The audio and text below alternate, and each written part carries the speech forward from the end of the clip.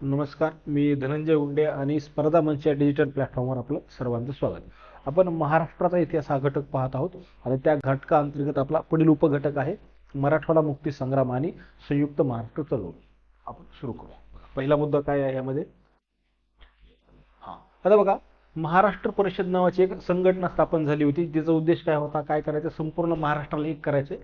ही जी महाराष्ट्र परिषद आहे, ह्या परिषदेचे अधिवेशन आणि ठराव यावर प्रश्न विचारला जातो. पर्टिक्युलरली जे स्थळ आहेत ते स्थळ कोणते आहेत, क्रमानं कालानुक्रम लावा आणि त्या स्थळाशी म्हणजे पहिल्या अधिवेशनाचे अध्यक्ष कोण, दुसऱ्याचे कोण, असे जोड्या लावा. या दृष्टिकोनातून प्रश्न विचारला जातो. आपण सुरुवात करूया. पहिलं काय आहे, तुमचं पहिलं अधिवेशन झालं होतं परतूरला. परतूरला झालं होतं पहिलं अधिवेशन आणि काय त्यांचे अध्यक्ष, त्याचे अध्यक्ष आहेत तुमचे बघा, पहिले परतूरला, म्हणजे लक्षात कसं ठेवताय तुम्ही, परतूरचं पहिलं झालं होतं. त्यानंतर दुसरं जे झालं होतं ते लातूरचं झालं होतं आणि ह्याचे अध्यक्ष श्रीनिवास शर्मा होते, बरोबर. तिसऱ्याचं काय झालं होतं बघा, तिसऱ्याचं उमरीला होतं. चौथ्याचं झालं होतं, चौथ्याचं औरंगाबाद. पाचव्याचं झालं होतं सेलूला आणि सहाव्याचं झालं होतं लातूरला. बघा इथं चौथ्याचं पुन्हा काय होतंय, इथे दोन मात्रे आहेत, त्यावरून आपण औरंगाबादचं सुद्धा नाव असं लक्षात ठेवलं होतं. हा एक मुद्दा लक्षात ठेवा. हा एक मुद्दा लक्षात ठेवला तर तुम्हाला जोड्या लावायला सोपं जातं. बघा आता दुसरं जे झालं होतं तुमचं, एक वैशिष्ट्य काय आहे बघा, अधिवेशन एकूण किती झालेत, एकूण 6 झालेत. त्यातलं दुसरं आणि 6वं हे दोन्ही लातूरला झालेत, त्यामुळे तुम्ही तसं लक्षात ठेवू शकता. दुसरे आणि 6वे हे दोन अधिवेशन लातूरला झालेत. लक्षात ठेवण्यासाठी मग लातूर लक्षात ठेवा. लातूरला 2, दुसरे आणि 6वे असे 2 झालेत. एकूण 4चं आपण पाहिलं. आता तिसरं कुठं झालं होतं, उमरी, बरोबर. तिसरे अधिवेशन उमरीला झालं होतं आणि आपलं एक राहते कोणतं, पाचवं हे कुठं झालं होतं, सेलूला झालं होतं. आता अध्यक्ष विचारले जातात. अध्यक्ष गोविंदराव नानल हे पहिल्याचे अध्यक्ष होते. आता लक्षात कसं ठेवायचंय, सुरुवातीला संयुक्त महाराष्ट्र चळवळ जी चालू होती त्या चळवळीचे नेतृत्व होतं तुमच्या गोविंदभाई नानल यांच्याकडे होतं. त्यांच्यानंतर स्वामी रामानंद तीर्थ यांच्याकडे काय झाले, ते नेतृत्व गेले. त्यामुळं पहिला जो नेता होता महत्वाचा तो काय असणार, ऑफकोर्स तुमच्या पहिल्या अधिवेशनाचा अध्यक्ष असणार आहे. म्हणून अध्यक्ष तुमचे असणार आहेत कोण, गोविंदराव नानल हे होते तुमच्या पहिल्या अधिवेशनाचे अध्यक्ष, बरोबर. त्यानंतर सगळ्यात शेवटचं आहे हे आनंद वाघमारे जे आहेत हे सर्वात महत्वाचे एक नेते मानले जातात तुमच्या संयुक्त महाराष्ट्र चळवळीत. हे डायरेक्ट 6व्याचे अध्यक्ष होते, त्यामुळे तसं लक्षात ठेवायचे. पहिल्याचे तुमचे नानल आहेत तर 6व्याचे आनंद वाघमारे अध्यक्ष होते. त्यानंतर दुसरा आणि चौथा ह्या दोन्हींचं नाव बघा, यांच्या नावाची सुरुवात काय झाली, श्रीनं झाली. इथं हे श्रीनिवास आहेत तर हे श्रीधर आहेत. 2 आणि 4 हे दोघं श्री नावापासून सुरुवात होणार आहेत. श्रीनिवास 2 नंबर तर 4 नंबरला तुमचे श्रीधर आहेत. तिसऱ्या अधिवेशनामध्ये काशीनाथ आहेत तर 5व्यामध्ये तुमचे दिगंबरराव बिंदू हे त्याचे अध्यक्ष आहेत. प्रश्न यावर कोणता आलाय की यांचा कालानुक्रम लावायचा आहे, त्यामुळे आपल्याला लक्षात ठेवायचं परतूर, लातूर. बघा काय आहे, परतूर, लातूर. बघा हे मग जुळतंय त्यांचं, परतूर, लातूर. त्यानंतर उमरी झालं. हे औरंगाबाद. त्यानंतर 5वं सेलू आणि पुन्हा आपण पाहिलं होतं की लातूरला दुसरं झालं होतं, तेच पुन्हा 6वं रिपीट झाले. हा क्रम लक्षात ठेवायचा. तो क्रम लक्षात ठेवला की आपल्याला काय येतंय, प्रश्नाचं उत्तर निघतंय. ओके, आता बघा पुढचा मुद्दा काय आहे, हैदराबाद स्टेट काँग्रेस. म्हणजे संपूर्ण भारतभर काय झालं होतं, काँग्रेसची स्थापना झाली होती 1885 ला. पण महात्मा गांधींनी सूचना काय केली होती की हे आपलं एक नॅशनल काँग्रेस आहे, पण त्या व्यतिरिक्त प्रत्येक राज्याचं, घटक राज्याचं एक स्वतःचं काँग्रेस असावं, जे काय करील त्या भागातील, त्या घटकातील किंवा त्या प्रदेशातील राजकारणाकडे, समाजकारणाकडे लक्ष देईल.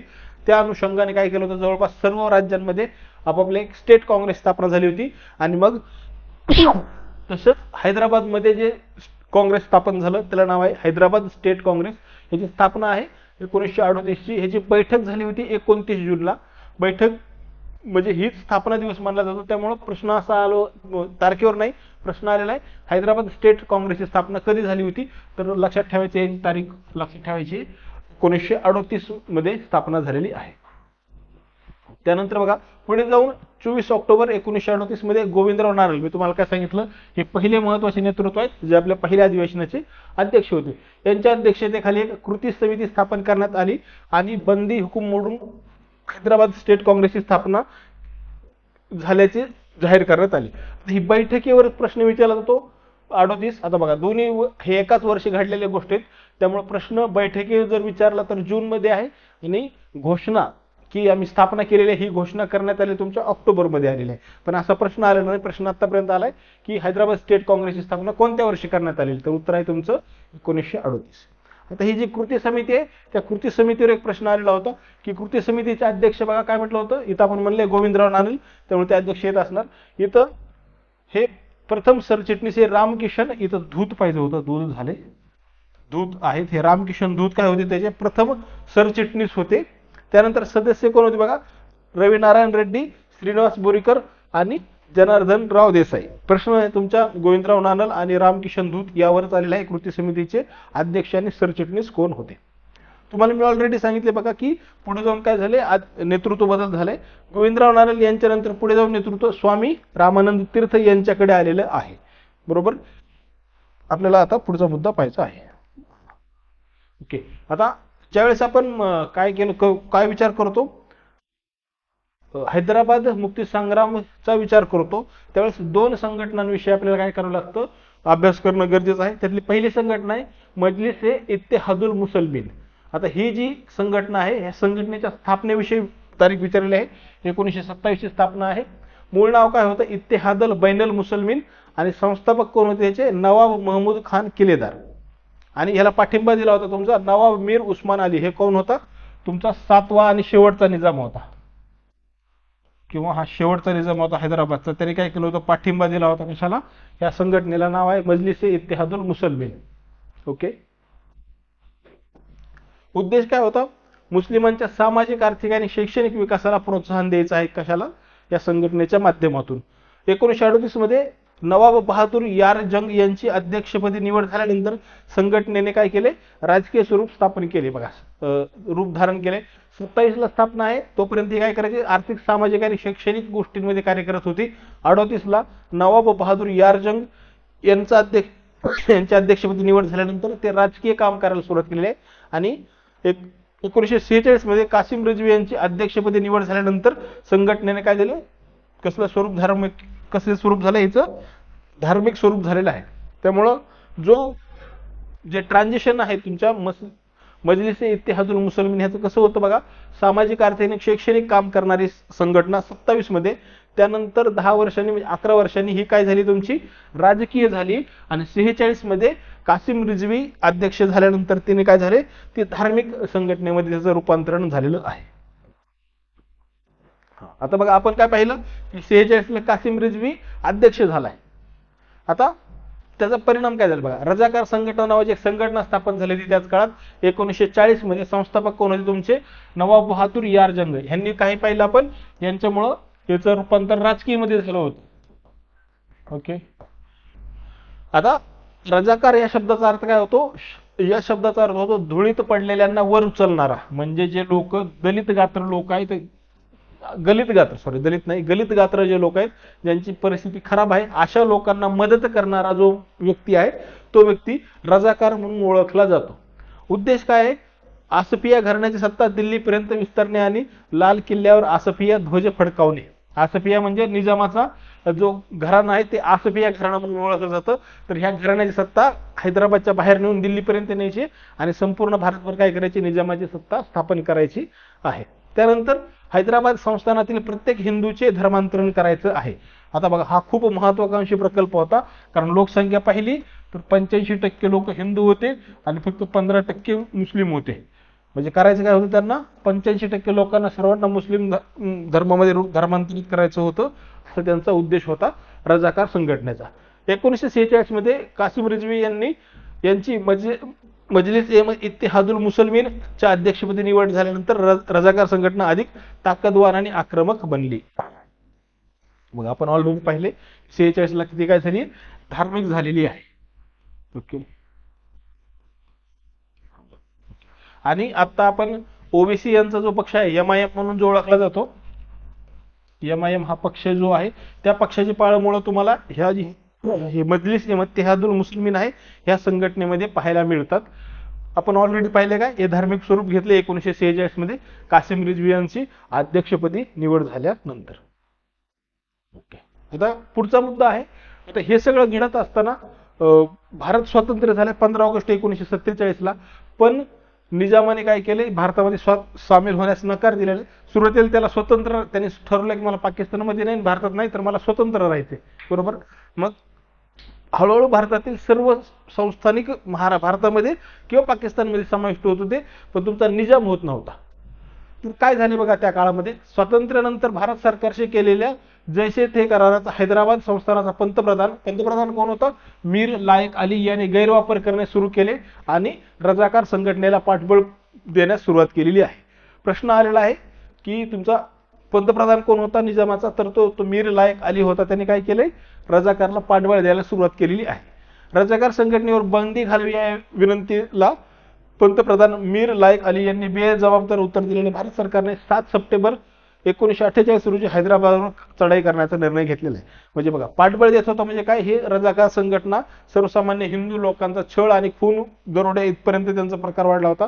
एकदम खूप दहशत निर्माण केली होती तुमच्या रजाकार संघटनेनं, आणि अशातच ह्या रजाकार संघटनेवर बंदीची जी विनंती आहे ती फेटाळली तुमच्या जे पंतप्रधान होते त्यांचे तत्कालीन मीर लायक अली यांनी. मग शेवटी काय केलं, भारत सरकारने ठरवले की आपल्याला काय करायचं, आता हैदराबादवर हल्ला करायचा आहे. पण आता बघा, भारत स्वातंत्र्य झाल्यानंतर हे तुमचं निजामाचं जे राज्य होतं ते भारताच्या अंतर्गत भागात होतं, बरोबर. त्यामुळं तिथं जो आपल्याला हल्ला करायचा आहे, सैन्य हल्ला करायचा आहे. आता बघा, 2 गोष्टी असतात.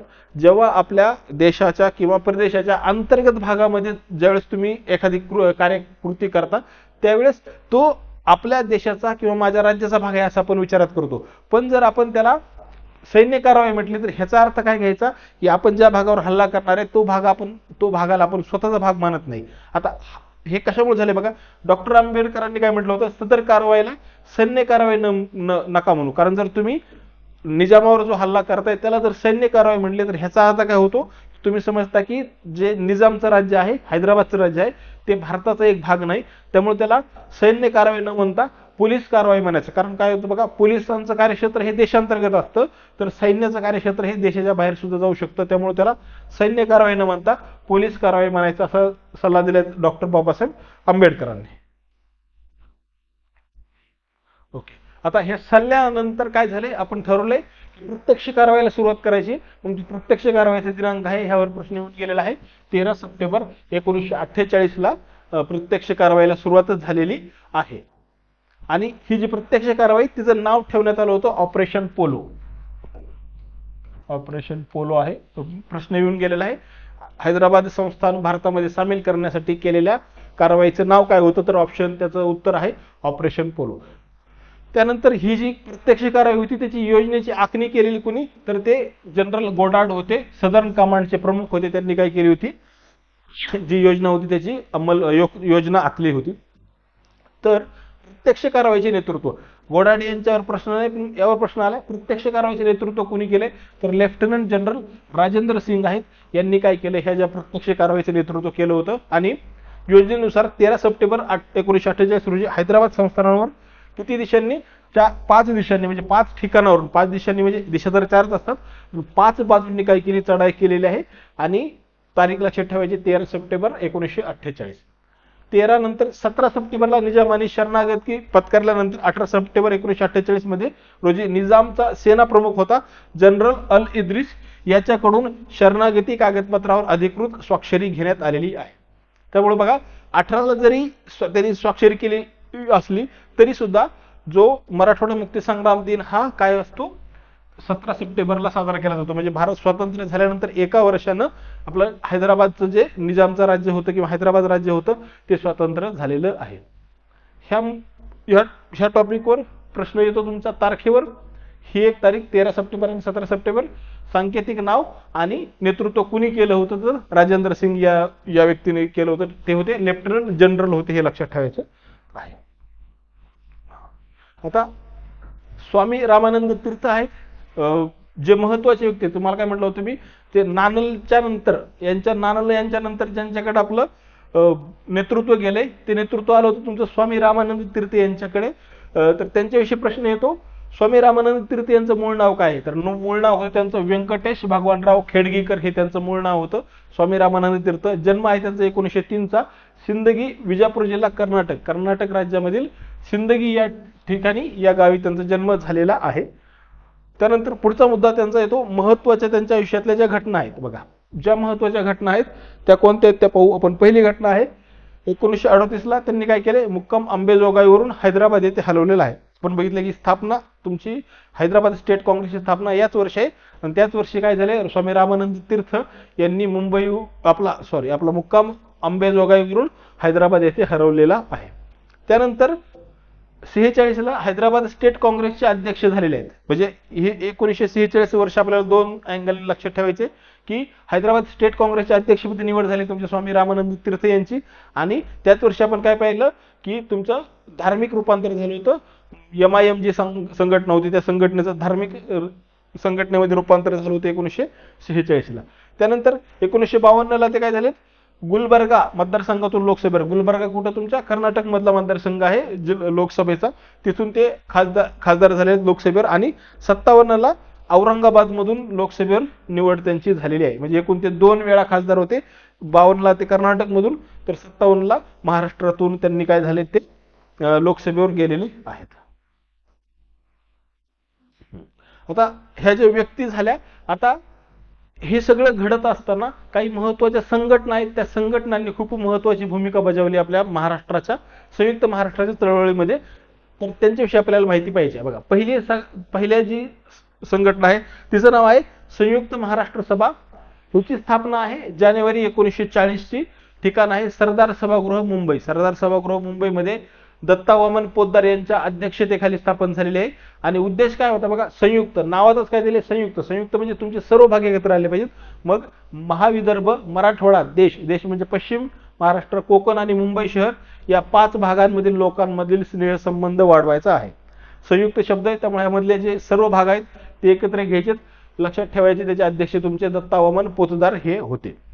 प्रश्न येतो, संयुक्त महाराष्ट्र सभेचे अध्यक्ष कोण होते आणि सेम महाविदर्भचे अध्यक्ष कोण होते, ह्या दोन्हीवर प्रश्न येऊन गेलेला आहे.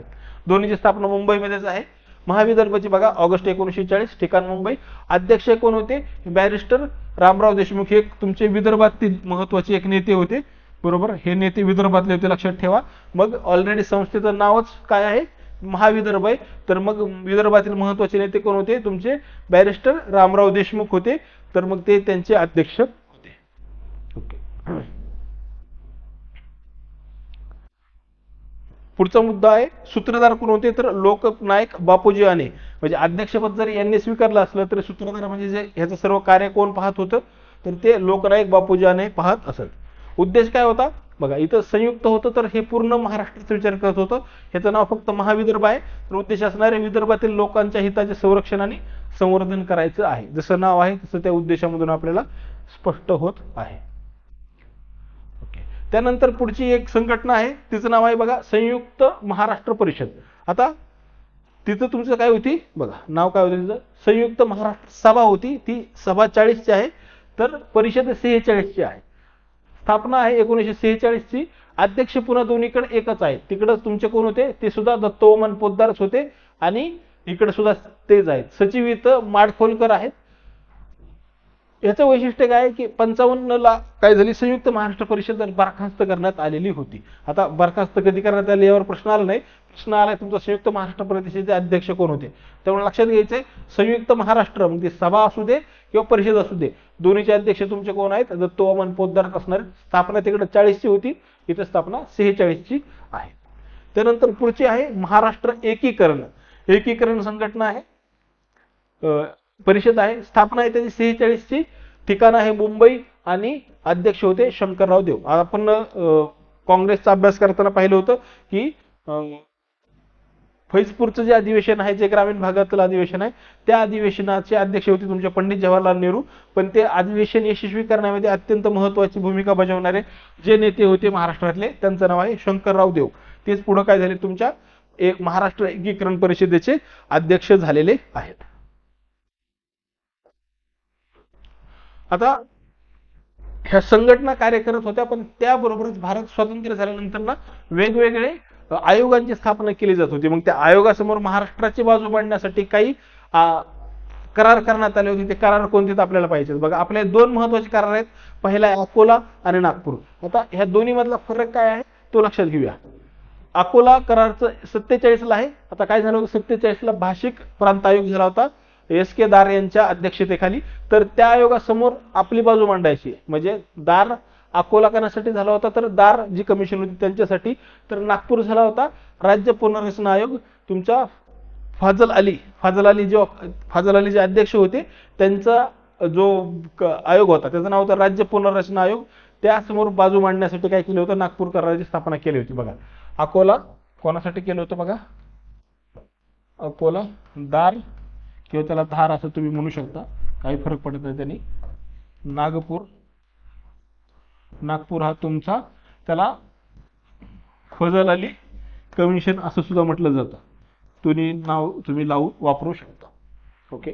अकोला करार 8 ऑगस्ट 1947. उद्देश काय, भाषिक प्रांत आयोगासमोर संयुक्त महाराष्ट्राचं निवेदन द्यायचं आहे. आणि हा अकोला करार धनंजयराव गाडगीळ यांच्या योजनेवर आधारित होता. प्रश्न आलेला आहे की अकोला करार खालीलपैकी कोणत्या व्यक्तीने तयार केला होता ह्याचा अर्थ तो योजनेवर आधारित होता. उत्तर आहे तुमचं धनंजयराव गाडगीळ यांची योजना होती, त्या योजनेवर आधारित तुमचा अकोला करार होता. त्यानंतर पुढचा आहे तुमचा नागपूर करार. बघा 53. हा जो आयोग आहे फजल अली ह्याची स्थापना सुद्धा 1953 चीच आहे आणि त्याने आपला अहवाल दिला 1956 मध्ये अहवाल दिला होता. 1953 आहे नागपूर करार. उद्देश काय, राज्य पुनर्रचना आयोगासमोर संयुक्त महाराष्ट्राचे निवेदन सादर करायचे. दोन्हीकडे तेच आहे, निवेदन द्यायचे. फक्त इथं तुमचा भाषिक प्रांत आहे आणि इथं राज्य पुनर्रचना आयोग आहे. आता ह्या करारामध्ये अत्यंत महत्वाची भूमिका बजावणारे 2 व्यक्ती होते, पण त्यांनी त्या करारावर सही केले नाही. तर त्याच्यावर प्रश्न आलेला आहे की नागपूर करार संमत करण्यामध्ये महत्वाची भूमिका बजावणारे मात्र करारावर सह्या न करणारे व्यक्ती कोण होते, तर तुमचे स्वामी रामानंद तीर्थ आणि शंकरराव देव हे 2 जण आहेत. त्यांनी काय केलं होतं, आता हे पाहिलं आपण. स्वामी रामानंद तीर्थ 1946 ला त्यांची निवड झालेली स्टेट काँग्रेसला, आणि शंकरराव देव कोण होते, महाराष्ट्र एकीकरण परिषदेचे अध्यक्ष होते. आणि ते तुम्हाला मी सांगितलं फैजपूरचं जे अधिवेशन झालं ते यशस्वी करण्यामध्ये त्यांनी महत्वाची भूमिका बजावली होती. असे हे 2 व्यक्ती आहेत. त्यांनी काय केले, अत्यंत महत्वाची भूमिका बजावली होती मात्र सही केली नव्हती. आता पुढचं वाक्य बघा, नागपूर कराराला मुंबई काँग्रेस म्हणजे सखा पाटील आणि नागपूर काँग्रेसमधील नेत्यांचा विरोध होता. हे वाक्य बदललं होतं आयोगानं. तिथं काय केलं होतं की नागपूर कराराला मराठवाड्यामधील नेत्यांचा विरोध होता, तर नाही, मराठवाडा सोडलं तर बाकी 2 तुमचा काँग्रेसचा विरोध होता, सखा पाटील आणि नागपूर काँग्रेसमधले जे नेते ह्या दोघांचा काय होता, नागपूर कराराला विरोध होता. नागपूर कराराचं वैशिष्ट्य काय बघा, नागपूर करारामुळे महाराष्ट्र राज्याच्या निर्मितीची प्रक्रिया सुलभ झालेली आहे. म्हणजे नागपूर करारामध्ये खूप इन डिटेल काय आपल्याला गोष्टी साध्य करायच्या आहेत. आणि म्हणजे उदाहरण द्यायचं झालं तर महाराष्ट्राची आता 2 जे अधिवेशन भरतं, पहिलं आपलं मुंबईला भरतं आणि हिवाळी अधिवेशन तुमचं नागपूरला भरतं. तर हा जो सत्ता ट्रान्सफरचा आहे, म्हणजे जी विभागणी आहे सत्तेची, ह्याची तरतूद तुम्हाला नागपूर करारामध्ये देण्यात आली होती. त्या अंतर्गत असं ठरलं होतं की एक अधिवेशन विधिमंडळाचं तुमचं कुठं होईल, नागपूरला होणार आहे. त्यामुळे काय झालं, एका प्रकारे जो कॉन्सन्ट्रेशन झालं होतं ते सत्तेचं ते डिसेंट्रलाइज म्हणजे विकेंद्रीकरण करण्यात आले तुमच्या नागपूर कराराच्या माध्यमातून. आता आपल्याला पुढची माहिती बघायची आहे बघा, संयुक्त महाराष्ट्र समिती. आता संयुक्त महाराष्ट्र आपण सभा पाहिली होती. आता इथे संयुक्त महाराष्ट्र सभा पाहिली, संयुक्त महाराष्ट्र परिषद पाहिली. आता आपल्याला संयुक्त महाराष्ट्र समिती पाहिजे आहे. आता त्या पहिल्या 2 ज्या होत्या त्यांचे अध्यक्ष तुमचे दत्तो वामन पोतदार होते. तर इथं तुमचे अध्यक्ष काय आहेत, S.M. जोशी. आता यांची स्थापना 1956 ला ठिकाण आहे टिळक स्मारक मंदिर. यावर प्रश्न येऊन गेला आहे, संयुक्त महाराष्ट्र समिती स्थापना कोठे करण्यात आली होती, तर या ठिकाणी काय भरलं होतं, अधिवेशन भरलं होतं किंवा सभा भरली होती, तिथं संयुक्त महाराष्ट्र समिती स्थापन करण्यात आली असा निर्णय घेण्यात आलेला आहे. आणि चिटणीस म्हणजे सचिव कोण होते तुमचे, S.M. जोशी. आता S.M. जोशी हे त्यांचं नाव जरी असलं तरी त्यांना काय पॉप्युलरली काय म्हटलं जातं, S.M. म्हणजे S म्हणजे काय होतं, संयुक्त, बरोबर, S आणि M म्हणजे महाराष्ट्र. संयुक्त महाराष्ट्र जोशी असं त्यांचं टोपण नाव पडलं होतं, कारण त्यांनी संयुक्त महाराष्ट्र समितीमध्ये अत्यंत महत्त्वाचं काम केलं होतं, चिटणीस म्हणून सुद्धा काम केलेले आहे. उद्देश काय बघा संयुक्त महाराष्ट्र समितीचा, भाषा व प्रांत रचनेच्या तत्वानुसार महाराष्ट्र राज्यात समाविष्ट न झालेल्या मराठी भाषिक सलग प्रदेश राज्यात जोडून घ्यायचा आहे. आता 56ला संयुक्त महाराष्ट्र समिती स्थापना झाली. का करावी लागली तर तुम्हाला सांगितलं की फजल अलीचा आयोग होता 1953चा, त्याने अहवाल दिला 1956चा, आणि यामध्ये काय करण्यात आले त्यानुसार महाराष्ट्राचा असा काही भाग होता जो मराठी भाषिकचा असला तरी तो महाराष्ट्रामध्ये समावेश करणार नव्हता. म्हणजे भाषावर प्रांत रचना मान्य केली होती फजल अलीने, पण सर्व मराठी भाषिक बोलणारे महाराष्ट्रामध्ये घेतले नव्हते. खूप मोठा डिस्प्यूट होता. तर भाषावर प्रांत रचनेच्या तत्वानुसार महाराष्ट्र राज्यात समाविष्ट नसलेला भाग सलग जोडून घ्यायचा आहे, ह्या उद्देशाने तुमची संयुक्त महाराष्ट्र समिती स्थापन करण्यात आलेली होती. पुढचा मुद्दा काय बघा, संयुक्त महाराष्ट्र परिषदेने पुरस्कृत केलेले काय करायचे तुमचे कार्यक्रम तडीस न्यायचे. आता ही परिषद रद्द झाली आपली, बघितलं आपण 55 मध्ये, पण त्यांनी काही कार्यक्रम दिले होते, तर ते कार्यक्रम पूर्ण करायचे, हा उद्देश होता तुमच्या संयुक्त महाराष्ट्र समितीचा. ओके, त्यानंतर पुढचा मुद्दा येतो बघा, प्रश्न आलेला आहे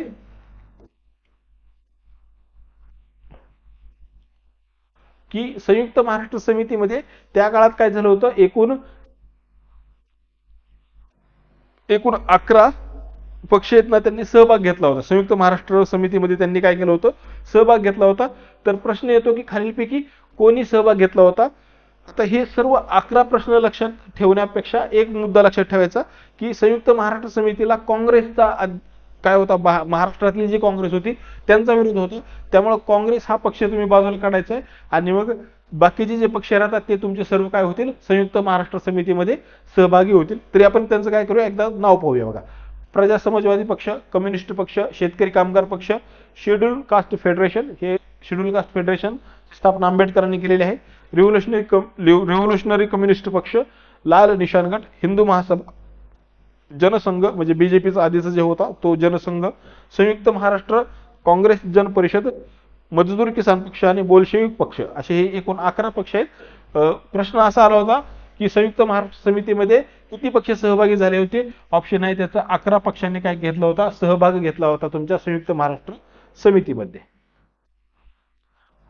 आता बघा, संयुक्त महाराष्ट्र समितीचं कार्य चालू होतं, पण काय झालं, फजल अली आयोगाच्या शिफारशीनुसार काय झाले, द्विभाषिक राज्याची स्थापना करण्यात आलेली आहे. ओके, काय झाले, 7 ऑगस्ट 1956 रोजी द्विभाषिक मुंबई राज्य स्थापन करण्याचा ठराव संसदेमध्ये संमत करण्यात आलेला आहे. बरोबर, या ठरावानुसार तारीख आहे 1 नोव्हेंबर 1956 रोजी काय करण्यात आले, द्विभाषिक मुंबई राज्याची स्थापना आणि यशवंतराव चव्हाण यांची मुख्यमंत्रीपदी निवड करण्यात आलेली आहे. आता हे घडत असताना 30 सप्टेंबर आणि 1 ऑक्टोबर 1956 रोजी मुंबई येथे शिवाजी पार्कवर संयुक्त महाराष्ट्र नेत्यांची आणि कार्यकर्त्यांची महाद्विभाषिक विरोधी परिषद घेण्यात आली होती. बघा, हा जो द्विभाषिक होता त्याचा मेन प्रॉब्लेम असा झाला होता, एकतर जो आकार होता तो खूप विचित्र झाला होता महाराष्ट्राचा. म्हणजे आपण हा जर भारत विचारात घेतला, असा गुजरात असेल तर हा गुजरात आणि महाराष्ट्राचा हे आकारच खूप विचित्र झाला होता. अर्धा भाग हा गुजराती भाषेत बोलणारा, हा मराठी भाषेमध्ये बोलणारा, आणि या दोघांचं मिळून एक राज्य केलं होतं. कारण ते दोन्ही जे घटक आहेत गुजरात आणि महाराष्ट्र यांचा मुंबईवरचा दावा होता, तर हा दावा निकाली काढण्यापेक्षा सरळ सरळ ह्या सर्वांना एकत्र करू ह्या उद्देशाने त्यांनी द्विभाषिक केली. म्हणजे उद्याचं राजकारण किंवा प्रशासन करण्यासाठी खूप मोठी अडचण येणार होती, पण मुंबईच्या प्रश्न निकाली काढण्याची इच्छा नसल्या कारणाने काय करण्यात आलं होतं, द्विभाषिक राज्य स्थापन करण्यात आलं आणि यशवंतराव चव्हाण यांना काय करण्यात आलं, मुख्यमंत्री करण्यात आलेलं होतं. आता द्विभाषिक मुंबई राज्याला पाठिंबा देणाऱ्या व्यक्ती कोण होत्या असा प्रश्न विचारला तर लक्षात ठेवायचं तुमचं चिंतामणराव देशमुख, अशोक मेहता आणि सखा पाटील, हे 3 व्यक्ती आहेत. त्यांनी काय केलं होतं, द्विभाषिक मुंबई राज्याला काय केला होता, पाठिंबा दिलेला होता. आता ही स्थापना झाली 56 मध्ये, आणि त्यानंतर 57चं इलेक्शन झालं, 57चं आपलं विधानसभेचं. त्या विधानसभेमध्ये काय झालं होतं बघा, संयुक्त महाराष्ट्र समिती आणि 1957च्या निवडणुका. संयुक्त महाराष्ट्र समितीची घोषणा काय झाली होती, समितीचा एक्का निवडून येणार पक्का, यावर प्रश्न येऊन गेलेला आहे. काय घोषणा होती, समितीचा एक्का आणि निवडून येणारा पक्का, हा घोषणा दिली होती संयुक्त महाराष्ट्र समितीने. काय झालंय, मुंबईसह पश्चिम महाराष्ट्रात 118 जागांवर काय झाले, तुमचे संयुक्त महाराष्ट्र समितीचे उमेदवार निवडून आलेले होते. आता हे निवडून आले, पण काय झालं होतं की हे भरपूर एक विविध विचारांचे पक्ष एकत्र आले होते. त्यामुळं विधानसभेवर विरोधी पक्ष नेत्याची भूमिका बजावण्यासाठी काय करण्यात आलं, 5 वर्ष जे कालावधी असतो तो कालावधी 5 वर्षामध्ये विभागण्यात आला आणि 5 व्यक्ती काय करतील, विरोधी पक्ष नेता म्हणून काम करतील असं निश्चित करण्यात आलं. आणि मग ते 5 व्यक्ती कोण होते बघा, तुमचे एस.एम. जोशी, आपण पाहिलं सरळ तुमचे संयुक्त महाराष्ट्र जोशी, भाई उद्धवराव पाटील, कॉम्रेड व्ही.डी. देशपांडे, आर.डी. भंडारे आणि नरवणे, हे 5 व्यक्ती आहेत. यांचं काय झालं होतं, विरोधी पक्ष नेतेपदी निवड करण्यात आलेली होती. आता या इलेक्शनमध्ये विजयी उमेदवार कोण कुठून विजयी झालं होतं या इथे जोड्या लावा असा प्रश्न विचारला जातो. एस.एम. जोशी हे पुण्यामधून, केशवराव जेधे हे बारामतीतून, तर आचार्य अत्रे हे गिरगाव मुंबईचा भाग आहे, तर येथून उमेदवार म्हणून निवडून आले होते. ओके, आता आपण पहिला आचार्य अत्रेंविषयी माहिती पाहिली. आता त्यांच्याविषयी थोडी जास्त डिटेल माहिती पाहिजे आपल्याला. ते निवडून कुठे आले होते, गिरगाव आपण पाहिलेलं आहे. आचार्य अत्रे यांनी काय म्हटलं होतं बघा, संयुक्त महाराष्ट्र समितीचा प्रचार करण्यासाठी मराठा नावाचे दैनिक सुरू केले होते. बघा, आपण ऑलरेडी मराठा पाहिले, जे लोकमान्य टिळकांनी सुरू केलं होतं, पण त्यांनी आता त्यानंतर ते बंद पडल्यानंतर आचार्य अत्रेंनी आपलं स्वतःच सुरू केले, नाव आहे मराठाच ठेवले, दैनिक आहे. उद्देश काय, संयुक्त महाराष्ट्र समितीचा प्रचार करायचा आहे. आता हे जे वृत्तपत्र होतं, दैनिक होतं, ते त्याच्या अग्रलेखासाठी खूप फेमस झालं होतं, कारण त्याचे जे अग्रलेख होते, त्यांचे टायटल्स होते, ते खूप इंटरेस्टिंग असायचे. त्यातलं पहिलेच उदाहरण बघा, जनतेचा कसाई आणि मोरारजी देसाई. मोरारजी देसाईचा काय होता, मुंबई महाराष्ट्राला देण्यासाठी सक्त विरोध होता. मग त्यावर टीका करताना त्यांनी जो लेख लिहिला होता, त्याचं लेखकाचं नाव होतं जनतेचा कसाई आणि मोरारजी देसाई. त्यानंतर मराठी जनतेचा आवाज, हे 2 खूप गाजलेले अग्रलेख आहेत आचार्य अत्रे यांच्या मराठा या दैनिकामधले. त्यानंतर वैशिष्ट्य काय, संयुक्त महाराष्ट्र समितीचे स्टार प्रचारक, म्हणजे सध्या विधानसभेला आणि लोकसभेला जसं राज्य पक्षांना आणि राष्ट्रीय पक्षांना स्टार प्रचारक नेमण्याची मुभा दिली जाते, त्याप्रमाणेच हे स्टार प्रचारक झालेले. स्टार प्रचारक म्हणजे प्रत्येक उमेदवाराला वाटत होतं की आचार्य अत्रे यांनी माझ्या मतदारसंघामध्ये येऊन माझा प्रचार करावा. जो माणूस स्वतःच्या प्रचारावर फक्त एखाद्या उमेदवाराला निवडून आणू शकतो, त्याला आपण काय म्हणतो, स्टार प्रचारक असं म्हणतो. आचार्य अत्रेंची ओळख काय, संयुक्त महाराष्ट्राची मुलूख मैदानी तोफ म्हणून त्यांना ओळखलं जातं. कारण त्यांचं जे भाषण होतं किंवा भाषा होती, ती अत्यंत काय होती, तिखट असायची. आणि ते जे महाराष्ट्राला, संयुक्त महाराष्ट्राला विरोध करत होते, अशा लोकांवर अगदी जहरी टीका करत असत. आपण ऑलरेडी मुद्दा पाहिला, 57च्या निवडणुकीमध्ये ते काय, गिरगाव मुंबई येथे निवडून आलेले आहेत. आता आपण जवळपास सर्व व्यक्तींची माहिती पाहिली, पण त्याबरोबर आपल्याला आणखी एका व्यक्तीचं नाव घ्यायला लागते महाराष्ट्राच्या दृष्टिकोनातून. डॉक्टर बाबासाहेब आंबेडकर यांची काय भूमिका होती बघा. संयुक्त महाराष्ट्राचे जे चळवळीचे नेतृत्व स्वीकारावे असे विनंती फेटाळून लावून स्वतः प्रबोधनकारांनी चळवळीचे नेतृत्व स्वीकारावे असे सुचवले. बघा, काय झालं होतं, भारत स्वातंत्र्याकडे वाटचाल करत असताना संयुक्त महाराष्ट्राची जी चळवळ तयार होत होती, तर त्या चळवळीचं नेतृत्व करावं अशी जे नेते होते तत्कालीन त्यांची इच्छा होती. पण डॉक्टर बाबासाहेब आंबेडकरांचं काय म्हणणं होतं की ह्या राजकीय नेतृत्वापेक्षा मला सामाजिक सुधारणांकडे माझं लक्ष आहे. त्यामुळे त्यांनी ही जी चळवळ आहे, ही चळवळीचं नेतृत्व स्वीकारायला नाही म्हटले. आणि काय म्हटलंय, त्याबरोबरच काय सांगितलंय की माझ्याकडे नाही, तर प्रबोधनकारांना काय करा, तुम्ही त्या चळवळीचं नेतृत्व द्या. बरोबर. दुसरा मुद्दा आहे, घटक राज्यांच्या निरनिराळ्या भाषा निरुपयोगी असून त्याऐवजी हिंदी एकच भाषा असावी असे मत आहे. हिंदी संपूर्ण भारतभर एकच भाषा वापरावी यावी म्हणण्यापेक्षा हिंदी एकच भाषा जास्तीत जास्त ठिकाणी वापरावी असं मत तुमचं कोणी म्हटलंय, डॉक्टर आंबेडकरांनी मांडलेलं आहे. भाषिक राज्य संबंधी विचार ही पुस्तिका प्रकाशित करून भाषिक राज्याविषयी आपली भूमिका स्पष्ट केलेली आहे. काय होती तू बघा, पुस्तकेचं नाव काय, भाषिक राज्य संबंधी विचार. ओके, त्यांचं काय म्हणणं होतं डॉक्टर बाबासाहेब आंबेडकरांचं, भाषेच्या आधारावर काय करावं, तुम्ही राज्यांची स्थापना करावी, पण एकच भाषा आहे, ह्या एकच भाषा आहे म्हणून त्यांचं एक राज्य स्थापन करावं असं त्यांचं म्हणणं नव्हतं. पुढचा मुद्दा आहे, म्हणजे त्यांचं थोडक्यात भाषिक राज्य स्थापन करण्याला त्यांचा पाठिंबा होता. सुरुवातीला महाराष्ट्राची पूर्व आणि पश्चिम अशा 2 भागामध्ये विभागणी सुचवली आणि नंतर मात्र स्वतःची भूमिका बदलली आणि काय केले, 4 भागात विभागणी करावी असं त्यांनी सूचना केलेली आहे. पहिले तुमचं मुंबई शहर त्याला एक वेगळं राज्य म्हणावं, पश्चिम महाराष्ट्र, मध्य महाराष्ट्र म्हणजे सध्याचा मराठवाडा आणि पूर्व म्हणजे विदर्भ असे 4 राज्य करावे असं त्यांनी सूचना केलेली आहे डॉक्टर बाबासाहेब आंबेडकर यांनी. आता हा मुद्दा चर्चेत काय आलाय तर आपण सुरुवातीला संयुक्त महाराष्ट्र चळवळीमध्ये 106 हुतात्म्यांचा मृत्यू झाला असं म्हणत होतो, पण अलीकडेच 107व्या व्यक्तीची महाराष्ट्र चळवळीतल्या हुतात्म्या म्हणून नोंद करण्यात आली आहे, म्हणून आपल्याला हा मुद्दा चर्चेत घ्यायचा आहे. तर बघा पहिला जो व्यक्ती आहे तो सीताराम बनाजी पवार आहे, पहिला हुतात्मा होता. फ्लोरा फाउंटन येथे त्याच्यावर गोळीबारामध्ये मृत्यू झाला होता 21 नोव्हेंबर 1955. आणि हा जो गोळीबाराचा जो आदेश आहे तो कोणी दिला होता, तुमचा मोरारजी देसाई यांनी दिला होता. त्यामुळं महाराष्ट्राचा कसाई आणि मोरारजी देसाई हा जो अग्रलेख लिहिला होता त्याचं कारण हेच होतं, कारण फ्लोरा फाउंटन येथे 21 नोव्हेंबरला 1955 जो गोळीबार झाला होता त्याचा आदेश त्यांनी दिला होता आणि त्यातला पहिला हुतात्मा म्हणून ओळखला जातो तुमचा सीताराम बनाजी पवार. त्यानंतर 106 पर्यंत आकडा आपल्याला आजपर्यंत माहित होता, पण अलीकडच्या काळामध्ये शंकरराव तोरसकर यांचे जे वंशज आहेत यांनी न्यायालयीन लढा आणि कागदपत्रांचा पाठपुरावा केलाय सरकारी दरबारी, आणि हे शंकरराव तोरसकर हे तुमच्या संयुक्त महाराष्ट्र चळवळीमध्ये हुतात्मा झाले होते, सिद्ध केले. त्यामुळे त्यांना आता 107वा हुतात्मा म्हटलं जातं. ते त्यांच्यावर गोळीबार कुठे झाला होता, हा बिंदू चौक आहे, बिंदू चौक आहे तुमच्या कोल्हापूरमध्येच आहे. आणि त्या ठिकाणी काय झालं होतं 18 जानेवारी 1956 मध्ये यांच्या तिथं जो गोळीबार झाला होता त्या गोळीबारामध्ये शंकरराव तोरसकर यांचा मृत्यू झाला होता असं नोंद आढळते. आणि त्यांना आता आपण काय म्हणतो 107वा हुतात्मा असं म्हणतो. आता आपल्याला पाहिजे शेवटचा मुद्दा बघा, महाराष्ट्र राज्याच्या निर्मिती आणि विविध घटकांची भूमिका, म्हणजे महाराष्ट्र राज्याची निर्मिती करावी का नाही करावी याविषयी विविध व्यक्ती आणि आयोग यांनी काही काही मतं मांडलीत. ते मतं काय होती बघा. ओके, महाराष्ट्र राज्याची स्थापना करावी, म्हणजे महाराष्ट्र म्हणजे कसं मराठी भाषिक लोकांचा असा अँगलने विचार करायचा आहे. तर बघा तुमचं मराठी साहित्य संमेलन म्हणणार येस, संयुक्त महाराष्ट्र हे 2 गोष्टी येणार. आणि नागपूर करार आपण पाहिलंच की नागपूर कराराने काय केलं होतं, महाराष्ट्र राज्यांच्या निर्मितीची स्थापना सुलभ केली होती. त्यामुळं मराठी साहित्य संमेलन, दोन्ही संयुक्त आणि नागपूर या 4 गोष्टी.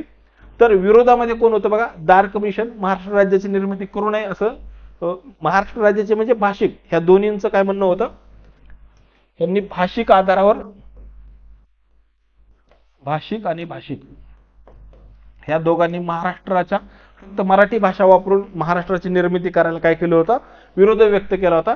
फजल अलींनी काय केलंय, यांनी द्विभाषिकच करून टाकले. त्यामुळे भाषा हा विषय निरस्त करून टाकला होता. म्हणजे महाराष्ट्र राज्याच्या निर्मितीच्या विरोधात असणारे तिन्ही जे महत्त्वाचे आयोग आहेत हे तिघही विरोधात होते असं आपण म्हणू शकतो. तर मराठी साहित्य संमेलन, संयुक्त महाराष्ट्र परिषद, संयुक्त महाराष्ट्र समिती आणि नागपूर करार ह्या चार घटक महाराष्ट्र राज्याच्या निर्मितीच्या बाजूने होते असं आपण म्हणू शकतो.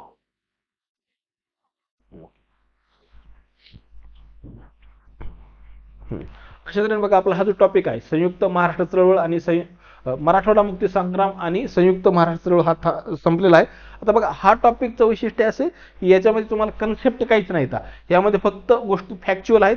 त्यामुळे ह्या टॉपिकवर जर कमांड घ्यायची असेल तर त्यासाठी एकच ऑप्शन आहे की हा जो व्हिडिओ आहे तो वारंवार पाहिजे. तुम्ही जेवढ्या वेळेस जास्त रिव्हिजन कराल तेवढे तुमचे हे मुद्दे क्लिअर होत जातील. थांबूया आपण येथे, भेटू नवीन व्हिडिओमध्ये. धन्यवाद.